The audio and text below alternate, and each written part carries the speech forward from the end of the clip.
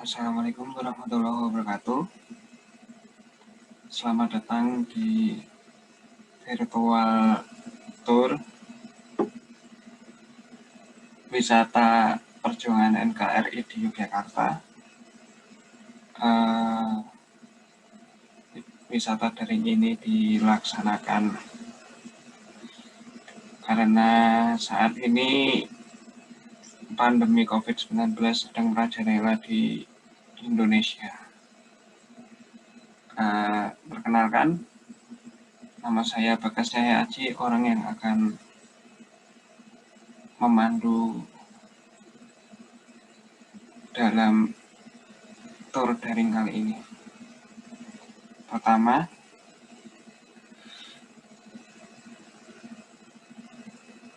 objek wisata yang akan kita bahas adalah Monjali atau Monumen Jogja Kembali. Jadi, Monumen Jogja Kembali ini dibangun untuk memperingati terbebasnya Indonesia dari Belanda pada tanggal 29 Juni 1949. Sehingga pada hari itu, pasukan Belanda harus menarik pasukannya dari Yogyakarta yang saat itu merupakan ibu kota Indonesia yang baru merdeka. Bangunan ini sendiri berbentuk kerucut dengan 3 lantai. Lantai pertama berisi diorama-diorama kejadian penting di Yogyakarta dalam upaya mempertahankan kemerdekaan. Lantai kedua berisi alat dan dokumen yang digunakan pada masa mempertahankan kemerdekaan. Dan lantai yang ketiga berisi bendera Sangsaka merah putih dan merupakan ruang untuk mengheningkan cipta dan mengenang jasa para pahlawan.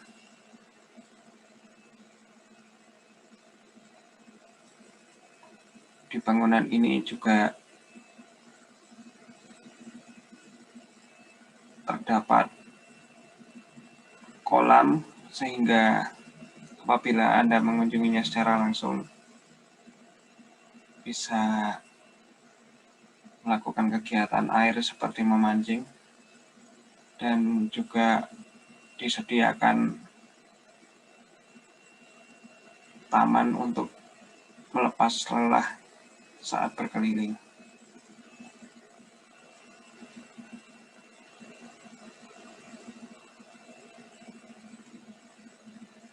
Lalu selanjutnya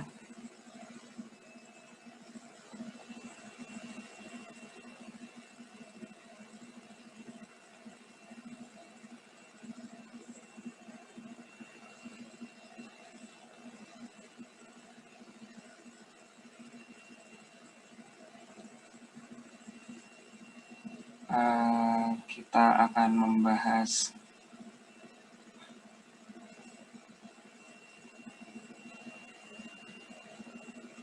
Monumen Serangan Umum 1 Maret. Seperti namanya, Monumen Serangan Umum 1 Maret ini digunakan untuk memperingati serangan umum yang dilakukan di Yogyakarta pada tanggal 1 Maret 1949 kepada Belanda yang saat itu menduduki Yogyakarta.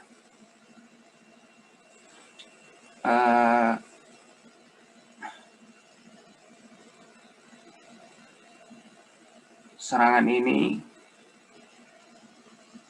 berlangsung selama 6 jam dan akhirnya TNI berhasil memenangkan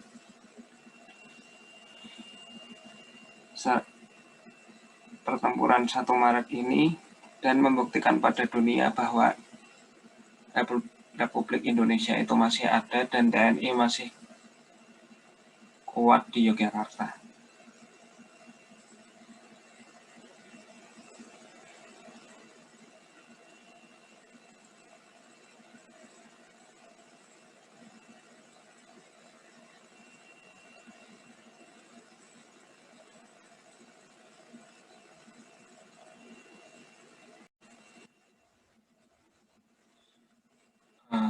Dan selanjutnya saya akan menjelaskan tentang Tugu Yogyakarta atau yang sering disebut Tugu Jogja. Tidak lengkap rasanya bila mengunjungi Jogja tanpa singgah di salah satu monumen paling ikonik di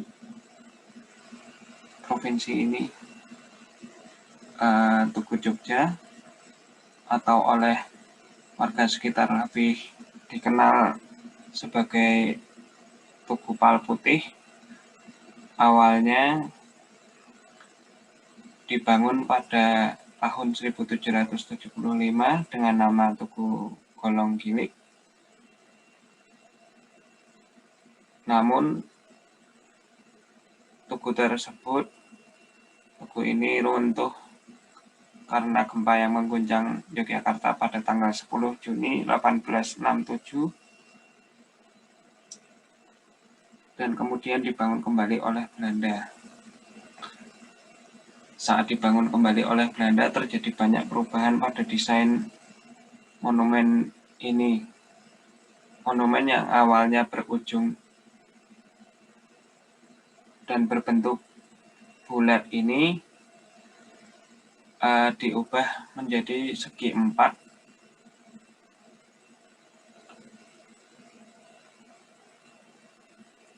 dan itu dimaksudkan agar rakyat Yogyakarta menjadi terpecah belah. Tugu yang awalnya memiliki tinggi 25 meter ini juga dipangkas menjadi hanya setinggi 15 meter.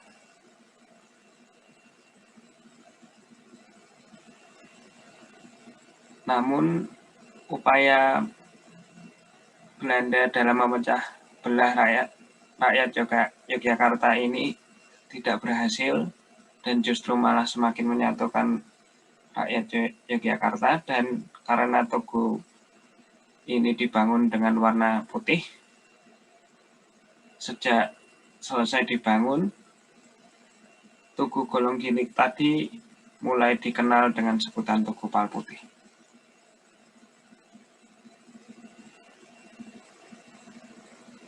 Sekian tur daring kali ini. Kurang lebihnya mohon maaf. Wassalamualaikum warahmatullahi wabarakatuh.